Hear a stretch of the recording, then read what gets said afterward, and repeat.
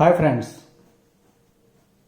ચાલો હવે આજે આપણે યામ ભૂમિતિના લેક્ચર નંબર 2 માં આગળ અભ્યાસ કરીએ.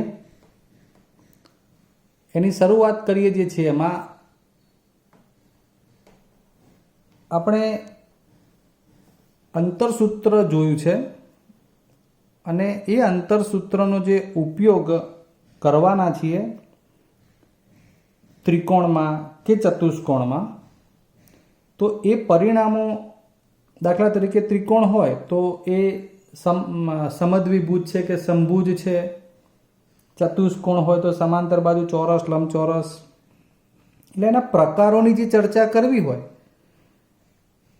તમે સમજો કે આપણે આલેખના પેજ ઉપર 3 ટપકા કરી 3 બિંદુ દર્શાવી એને જોડી દઈએ અને ત્રિકોણ બનતો હોય, તો એ ત્રિકોણની બાજુઓને માપ્યા પછી આપણે કહી શકીએ એના પ્રકાર વિશે.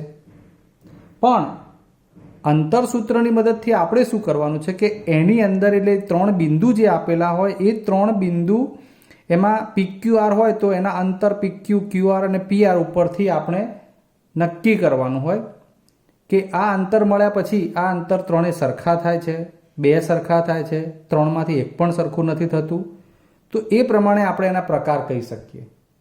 એટલે આપણે એના પહેલાં એની જે થિયરી છે કે ત્રિકોણના પ્રકાર કયા હશે, ચતુષ્કોણના પ્રકાર કયા હશે, એ જરા ચર્ચા કરી લઈએ, જેથી કરીને તમને દાખલામાં એવું પૂછ્યું હોય કે આ 4 શિરોબિંદુને જોડવાથી બનતો ચતુષ્કોણ કયો છે એવું કહો, તો એ 4 બિંદુ એના વચ્ચેના જે અંતર બનતા હોય એ આપણે શોધી અને કહી શકીએ. એવી રીતે ત્રિકોણમાં પણ કહી શકીએ. 3 બિંદુ સમરેખ છે કે અસમરેખ છે એવી પણ ચર્ચા કરી શકીએ. બરાબર. એટલે આપણે અત્યારે પહેલાં સૂત્ર આધારિત થોડી થિયરી સમજી લઈએ. અહીં તમને મેં અંતરસૂત્ર બતાવ્યું છે. પહેલાં તો કે P ઓફ x1 y1 બિંદુ, Q ઓફ x2 y2 હોય તો એ બે બિંદુ વચ્ચેનું અંતર PQ બરાબર વર્ગમૂળમાં x1 - x2 whole square plus y1 - y2 whole square. હવે અહીંયા સરળતા ખાતર આપણે દાખલામાં છે ને વર્ગમૂળવાળું નહીં લખીએ, વર્ગમૂળ કાઢી નાખીએ તો શું બને? અહીંયા PQ સ્ક્વેર બરાબર x1 - x2 whole square plus y1 - y2 whole square આવું બને. એમાં વર્ગમૂળ કાઢી નાખો તો સામે વર્ગ આવે, પછી છેલ્લે વર્ગમૂળ કાઢી શકાય. બીજી વાત, અંતર હંમેશા અંદરૂણ હોય એટલે વર્ગમૂળ આપણે ધન જ લઈશું. એક સૂત્ર એવું પણ તારવ્યું હતું, ઉગમ બિંદુ O 0 0 અને કોઈપણ બિંદુ P ઓફ XY વચ્ચેનું અંતર OP બરાબર વર્ગમૂળમાં x² + y². બીજી કેટલીક અગત્યની બાબતો જોઈએ હવે. તો આ અગત્યની બાબતોમાં સૌથી પહેલા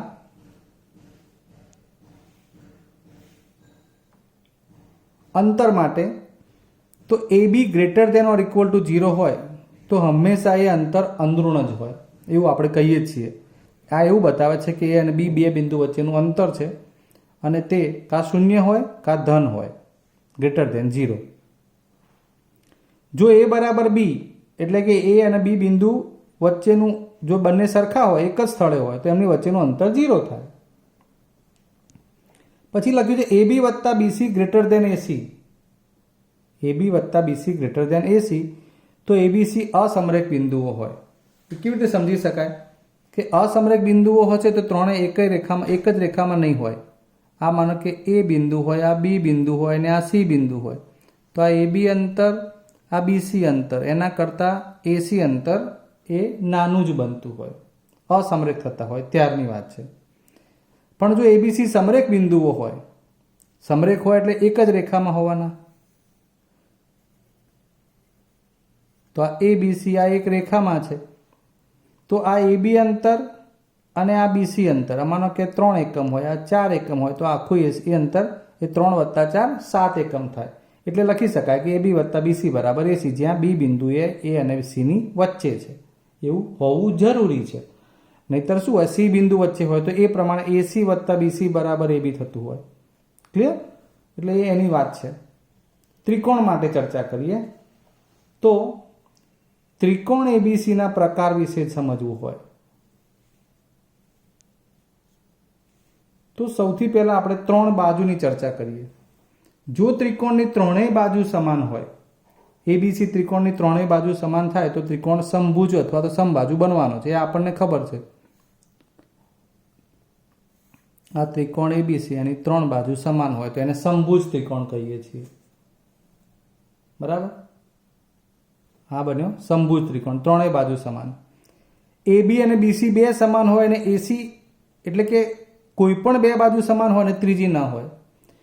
તમને એવું કહ્યું હોય કે સાબિત કરો કે આ ABC શિરોબિંદુ એ સમદ્વિ બાજુ કે સમદ્વિ ભુજ ત્રિકોણના શિરોબિંદુઓ છે, તો અંદર એવું જ બનતું હોય કે ABC ત્રિકોણમાં AB, BC અને AC આ ત્રણ અંતર શોધો તો એમાંથી કોઈ પણ બે જ સરખા થતા હોય. જેમ કે આપણે બતાવ્યું કે AB બરાબર BC થાય છે, પણ AB અને BC એ AC જેટલા થતા નથી.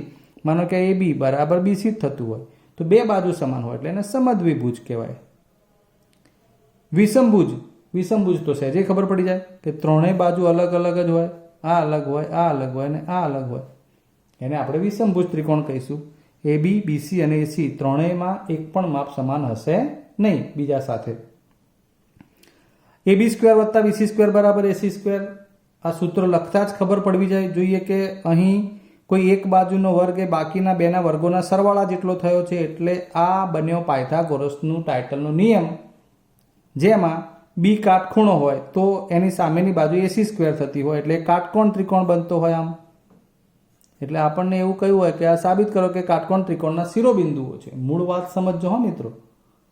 ABC આ ત્રણ શિરોબિંદુ એક કાટકોણ ત્રિકોણના શિરોબિંદુઓ છે કે નહીં ચકાસવાનું કહ્યું હોય ત્યારે આપણે શું ચકાસવું જોઈએ? તો એનું ટાઇટલ કે AB સ્ક્વેર, BC સ્ક્વેર અને AC સ્ક્વેર એમાંથી કોના માટે આવું સૂત્ર બને છે. જો આવું સૂત્ર બનતું હોય એનો મતલબ કે બે બાજુના વર્ગોનો સરવાળો ત્રીજી બાજુના વર્ગના જેટલો થતો હોય એવું બનતું હોય ત્યારે એ કાટકોણ ત્રિકોણ છે એવું કહી શકાય. એમાં પણ પાછું ડિટેલમાં આવે કે એ બે બાજુમાં કાટખૂણો બનાવતી બે બાજુ સમાન હોય, બરાબર છે, તો એ સમદ્વિભુજ કાટકોણ ત્રિકોણ કહેવાય. માત્ર કાટકોણ જુદી વસ્તુ છે, સમદ્વિભુજ કાટકોણ ત્રિકોણ જુદી વસ્તુ છે. ક્લિયર? હવે ચતુષ્કોણ વિશેની ચર્ચા કરી લઈએ. તો ચતુષ્કોણમાં એક તો આ જે ચતુષ્કોણ બતાવ્યો છે ABCD, એને સમાંતર બાજુ ચતુષ્કોણના આ શિરોબિંદુ પ્રસ્થાપિત કરવા હોય તો શું પરિણામ લાવવાનું અંતર સૂત્રથી એની વાત. તો એમાં એક તો ACનું મધ્યબિંદુ બરાબર BDનું મધ્યબિંદુ એવું બનતું હોય. ચતુષ્કોણ સમાંતર બાજુ હોય ત્યારે આ પરિણામનો આપણે ઉપયોગ કરવાનો થશે. આ BD વિકર્ણ છે અને આ AC વિકર્ણ છે. તમને પરિણામ ખબર છે કે આ બંને વિકર્ણો જો સમાંતર બાજુ ચતુષ્કોણ હોય ને તો એ દુભાગે. દુભાગવું મતલબ એનું આ મધ્યમાન સ્થાન સરખું થવું. આ માનો કે મિડ પોઈન્ટ આવતો હોય તો આ ACનું મધ્યબિંદુ અને BDનું મધ્યબિંદુ સરખા થાય. આવું એક પરિણામ કહી શકાય. જે ચતુષ્કોણમાં આવું બને કે વિકર્ણોના મધ્યબિંદુ સમાન હોય તે ચતુષ્કોણ સમાંતર બાજુ ચતુષ્કોણ જ હોય મિત્રો. ઓકે, એના સિવાય બીજું પરિણામ લાવવું હોય તો અહીંયા તમને મધ્યબિંદુ વિકર્ણના માપ આપ્યા હોય તો એ પ્રમાણે સાબિત કરી શકાય. એ સિવાય કરવું હોય તો AB બરાબર CD સામસામેની બાજુઓ સમાન હોય અને AD બરાબર BC. બરાબર? ચલો બીજું, સમબાજુ ચતુષ્કોણ બહુ ઇઝી છે. બધી બાજુ સમાન હોય એટલે AB, BC, CD અને AD આ ચારેય બધા બાજુના માપ સરખા આવે તો એ સમબાજુ ચતુષ્કોણ છે. એમાં બીજું કંઈ જ સાબિત કરવાનું નથી. ત્રીજું, AB અને CD, જુઓ આ AB આ CD આ બે સામસામેની બાજુઓ અને આ બે સમાન હોય અને AD અને BC આ બંને સમાન હોય. બરાબર? એટલે સામસામેની બાજુઓની જોડ સમાન રહેતી હોય તો એ લંબચોરસ છે એવું કહી શકાય. એમાં આપણે કાટખૂણાની ચર્ચા કરવાની થાય કે ખૂણા ચારેય કાટખૂણા બનતા હશે. ઓકે, આગળ બોલીએ. એમાં તો ચોરસ મોટા ભાગે બધાને ખબર પડી જાય કે ચોરસમાં તો શું હોય કે ચારેય બાજુઓ સમાન હોય. બરાબર છે? ચોરસમાં શું હોય? ચારેય બાજુઓ સમાન હોય અને બંને વિકર્ણો પણ સમાન હોય. લંબચોરસમાં અને ચોરસમાં શું ફેર? લંબચોરસમાં સામસામેની બાજુઓ સમાન આવી, AB બરાબર CD, AD બરાબર BC. તદ ઉપરાંત AC અને BD જે વિકર્ણો છે, આ વિકર્ણો માટે AC અને BD સમાન બતાવવું પડે, નહીતર તમે લંબચોરસ એવું ના કહી શકો. એટલે લંબચોરસ સમાન, સામસામેની બાજુઓ સમાન તો લંબચોરસ. સામસામેની બાજુઓ સમાન અને વિકર્ણો સમાન તો લંબચોરસ. બધી બાજુઓ સમાન અને વિકર્ણો સમાન તો ચોરસ. માત્ર બધી બાજુઓ જ સમાન, વિકર્ણોની કોઈ ચર્ચા નહીં તો એ સમબાજુ. અને સામસામેની બાજુઓ સમાન તો સમાંતર બાજુ ચતુષ્કોણ થાય. ત્રિકોણ, ચતુષ્કોણ અને સમરેખ અસમરેખ બિંદુઓ વિશેની આપણે આટલી ચર્ચા કરી છે. આ પેજમાં મેં જે કંઈ પણ લખ્યું છે તમને બતાવ્યું છે એ તમારે બહુ વ્યવસ્થિત રીતે ચોપડામાં લખીને એ ટાઇટલો તૈયાર પણ કરવા પડશે. મિત્રો, હવે આપણે સ્વાધ્યાય જોઈએ 7.1. એનો પહેલો પ્રશ્ન એવો છે તમારા પુસ્તકમાં કે નીચે આપેલ બિંદુઓની જોડ વચ્ચેનું અંતર શોધો. એટલે આમ તો આપણે હવે સ્ટાર્ટ કરી રહ્યા છીએ દાખલા કેવી રીતે ગણવા એ.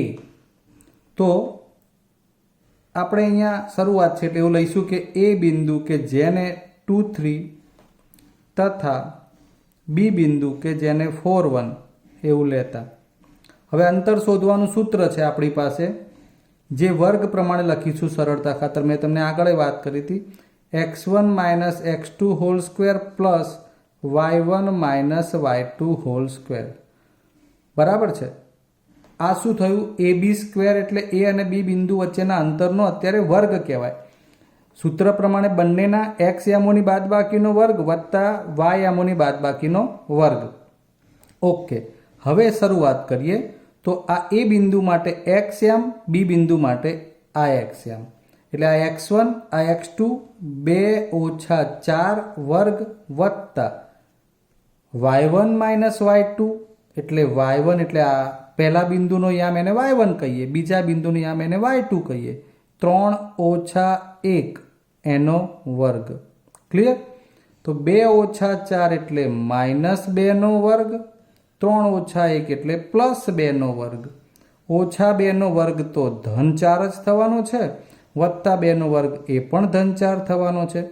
તો આડકતરી રીતે AB સ્ક્વેર 4 વત્તા 4 8 કરીને એનું વર્ગમૂળ કાઢવાનું થશે. તો પહેલાં તો આપણે એને 8 એવું જ લખીએ. અને માટે AB સ્ક્વેર કે જેનું વર્ગમૂળ કાઢવાનું છે 4 × 2 અને AB આપણો જવાબ છે એટલે 2 વર્ગમૂળમાં 2. આ ધ્યાન રાખજો ખાસ. આમ તો આપણે AB કરીને જ સૂત્ર લખવાનું હોય, પરંતુ આપણે આપણી સરળતા ખાતર વર્ગ લખીએ છીએ જેથી કરીને વર્ગમૂળની નિશાની વારંવાર ન કરવી પડે. એટલે છેલ્લે આપણે એનું વર્ગમૂળ જરૂર જણાય ત્યાં કાઢવાનું છે. આમ આપણું આ અંતર થઈ ગયું AB બરાબર 2√2. બીજો પ્રશ્ન જોઈ લઈએ. -5 અને 7 આપણે PQ પ્રમાણે લખ્યા આને. તો P of -5 7 અને Q of -1 3 લેતા PQ સ્ક્વેર કરીને સૂત્ર લખશું. PQ સ્ક્વેર સૂત્ર શું થશે? આમાં x1 x2 આપણે ફિક્સ જ રાખશું. x1 - x2 whole square, y1 - y2 whole square. જ્યાં હવે ધ્યાન આપજો, x યામોની બાદબાકી એટલે આ એનો x યામ થયો -5 અને આ -1 પહેલા યામ એટલે x યામ. તો ધ્યાન આપો, હવે આ -5 અને આ સૂત્રનું માઇનસ અને પાછું આ -1 સમજ્યા, વત્તા y માટે 7 આ માઇનસ સીધું 3 જ. એટલે અહીંથી અમારે ભૂલ ના થાય એનું ધ્યાન રાખવાનું કે -5 અને -1 હોલ સ્ક્વેર બરાબર. 7 - 3 તો 4 નો વર્ગ, -5 વત્તા 1 એટલે -4 નો વર્ગ, આ વત્તા 4 નો વર્ગ. તો આ તો 16 થશે ધન, આ પણ ધન 16. આમ PQ સ્ક્વેર તો 16 વત્તા 16 32 બન્યું. તો આમાં પણ અગાઉ આવ્યો પ્રમાણે 16 દુ 32.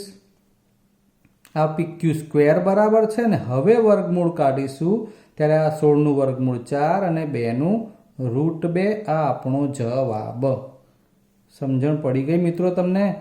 2 દાખલા સતત આપણે અંતર સૂત્રની મદદથી શોધ્યા છે. હજુ ત્રીજો દાખલો જોઈએ.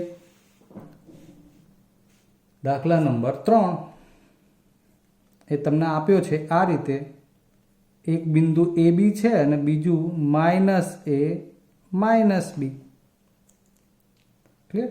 હવે આપણે અહીંયા x અને y પ્રમાણે પણ લખીએ. ચલો, એક બિંદુ x તરીકે AB, y તરીકે -A -B લેતા એટલે દરેક પ્રકારની થોડી પ્રેક્ટિસ થઈ જશે.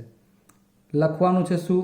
XY square x1 minus x2 whole square plus y1 minus y2 whole square. ચલો x1 એટલે આનો x આમ a. હવે ધ્યાન આપો, આ માઇનસ અને આ પાછું ફરી માઇનસ એ. રિમેમ્બર ધેટ બંનેના x આમ આ ધન a છે, આ ઋણ a છે. તો a અને માઇનસ માઇનસ હવે શું કરી દેવું? Direct plus. ફરી વાર કહું છું, ધ્યાનથી સમજો. આ પહેલો x આમ એટલે a, આ માઇનસ નિશાની લખી હતી, પાછું ફરી માઇનસ આવ્યું એટલે પ્લસ. હવે આપણે આ ડાયરેક્ટ લખવાનું થશે. પ્લસ y1 એટલે પાછું આ b એટલે y1 થઈ ગયું. આ માઇનસ જુઓ પાછું ફરી વાર આવ્યું, આ માઇનસ અને આ માઇનસ થવાનું plus whole square. Okay, a વત્તા a એટલે 2a હોલ સ્ક્વેર, b વત્તા b એટલે 2b હોલ સ્ક્વેર. સો 2 નો વર્ગ 4a સ્ક્વેર વત્તા 2 નો વર્ગ 4b સ્ક્વેર. હવે શું કરવું સાહેબ? 4 ને 4 8, a સ્ક્વેર b સ્ક્વેર એવું લખીએ?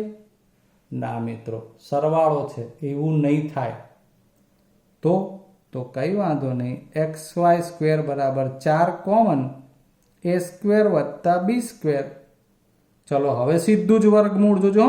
xy આ વર્ગમૂળ કાઢ્યું, 4 નું વર્ગમૂળ 2 અને આ a square plus b square. Clear? તો આમ હવે xy એ આ બે બિંદુ વચ્ચેનું અંતર બની ગયું.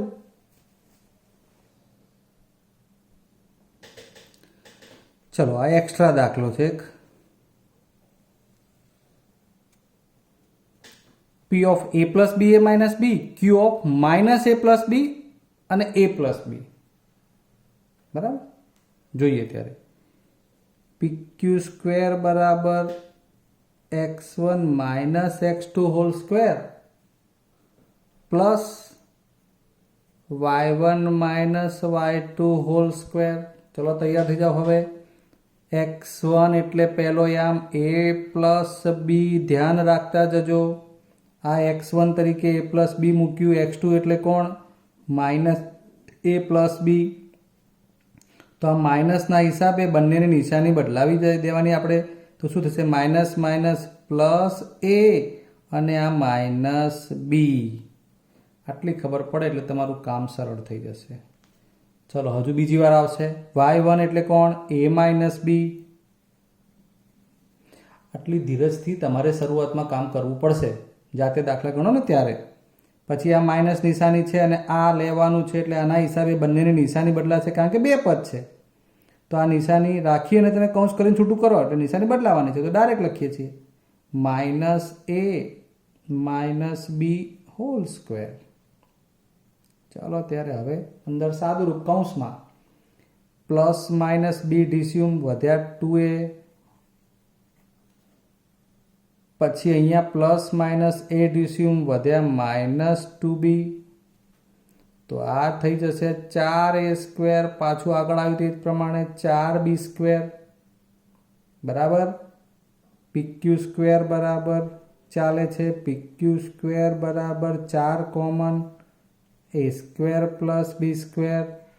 અને હવે pq બરાબર ડાયરેક્ટ 4 નું વર્ગમૂળ 2 અને આનું પ્લસ છે એટલે વર્ગમૂળ ના નીકળે. તો pq બરાબર 2 ટાઈમ્સ વર્ગમૂળમાં a square plus b square.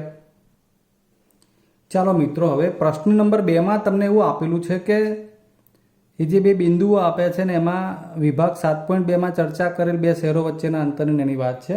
એ આકૃતિ આધારિત બાબત છે, એને છોડી દઈએ. આપણે પ્રશ્ન 3 જોઈએ. 3 બિંદુઓ આપ્યા છે, પૂછ્યું છે સમરેખ છે કે નહીં. બરાબર છે? એટલે અહીં આપણે a તરીકે 1 5, b તરીકે 2 3 અને c તરીકે -2 -11 લેતા 3 બિંદુઓ લીધા છે. હવે બિંદુ સમરેખ છે કે નહીં એ ચકાસવા માટે સૌથી પહેલાં આપણે ત્રણેય વચ્ચેના અંતર AB, BC અને AC ચકાસવા પડે. આપણે એમ વિચારતા હોય કે આ 3 બિંદુ હોય, આ 1 2 અને 3. તો ABC હોય તો AB, BC અને AC. એટલે સૌથી પહેલું કામ છે આપણું હવે AB² ઉપરથી AB લાવવાનું, બરાબર છે. દર વખત આપણે સૂત્રમાં એક જ બાબત છે કે x1 - x2 whole square plus y1 - y2 whole square. હવે આપણે સીધું પણ લખવું હોય તો લખી શકીશું સૂત્ર વગર. AB² લખ્યું છે એટલે તમારે A અને B બે બિંદુ જોવાના. આ રહ્યા.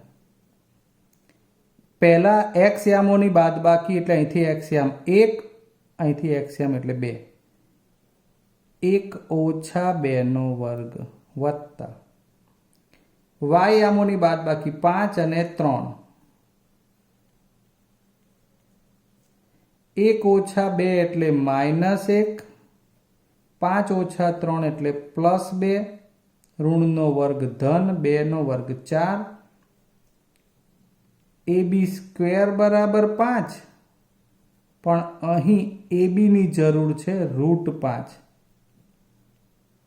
એપ્રોક્સિમેટલી √5 એટલે 2.24 જેટલું થાય. એક્ઝેક્ટ મૂલ્ય નથી લખ્યું, આપણને જેટલી જરૂર છે એટલી વાત કરીએ હમણાં. હવે બીજો ટોપિક એટલે કે બીજું શું લાવવું પડે? બે બિંદુ B અને C વચ્ચેનું અંતર એટલે BC². હવે સૂત્ર નહીં લખો તો ચાલશે. સીધા x યામોની બાદબાકી, જેમાં B બિંદુ આ રહ્યું, C બિંદુ આ રહ્યું, એના x યામ એટલે 2 અને -2. ધ્યાન આપજો ઉતાવળમાં ભૂલ ના થાય. 2 અને આ માઇનસનું થાય +2. હવે યાદ આવવું જોઈએ કારણ કે આપણે x1 - x2 કહીએ છીએ. માઇનસ તો સૂત્રનું ને પાછું ફરી માઇનસ. હું વારંવાર યાદ કરાવું છું. પછી આવશે y યામોની બાદબાકી, તો આ રહ્યા 3, પછી આ -+11 હોલ સ્ક્વેર. આ લખાઈ ગયા પછી શું થાય છે કે તમને અહીંયા જો માઇનસની કે કોઈ પ્લસની ભૂલ રહી જાય ને તો છેક સુધી ખોટું પડે. આ 2 + 2 4 નો વર્ગ, 11 + 3 14 નો વર્ગ, 16, બરાબર. અને આ આવશે 196. ટોટલ કરશો 212. આ છે BC² ની વેલ્યુ, માત્ર BC ની 212. તો એકલા BC નું વર્ગમૂળ 14.56 જેટલું આશરે આવે. હું એપ્રોક્સિમેટલી તમને એટલા માટે કહું છું કે 14 નો વર્ગ હોય ને તો 196 થતો હોય. 14.5 નો વર્ગ કરો તો તમને 14 × 15 અને પછી 5 ના વર્ગ 25 પ્રમાણે એ એપ્રોક્સિમેટલી જે કિંમત આવે એના આધારે લખ્યું છે. હવે છેલ્લે શું આવશે? AC². હવે સૂત્ર વગર લખી રહ્યા છીએ આપણે એટલે થોડું ધ્યાન રાખવું જરૂરી. A અને C બિંદુ જોવાના. આ રહ્યું A બિંદુ, આ રહ્યું C બિંદુ. A બિંદુનો x યામ 1, આ --+2. હવે યાદ રહી જશે તમને. પાછું y યામ એટલે 5, પાછું આ --+11 હોલ સ્ક્વેર. 2 + 1 3 નો વર્ગ, 11 + 5 16 નો વર્ગ, 9, 16 નો વર્ગ 256. 256 અને 9 નો સરવાળો, 9 ને 6 15 નો પાંચડો વધી 1. આ થઈ ગયું 265. AC બરાબર વર્ગમૂળમાં 265 અને 265 નું એપ્રોક્સિમેટલી મૂલ્ય આપણે 16.28 જેટલું લખી શકીએ આશરે. બહુ પાક્કા મૂલ્યની જરૂર નથી પડવાની, કારણ હવે તમને શું પૂછ્યું છે એ વિચારો. તો આ બિંદુઓ સમરેખ છે એવું સાબિત કરવાનું છે, સમરેખ છે કે નહીં એવું ચકાસવાનું છે. તો ક્યારે આપણે સમરેખ છે એવું કહી શકીએ? જો આ તમને ખાલી બતાવું છું, B બિંદુ વચ્ચે હોય તો શું બનતું હોય? AB અને BC અંતર એ AC અંતર જેટલું થાય. તો એવું આપણે જોવું પડશે કે અહીંયા AB BC એ AC જેટલું થાય છે કે AC અને AB BC જેટલું થાય છે કે નહીં. એ રીતે અલગ અલગ બધા પરિણામ ચકાસવા પડશે. આપણે પહેલું ચકાસીએ કે અહીં AB વત્તા BC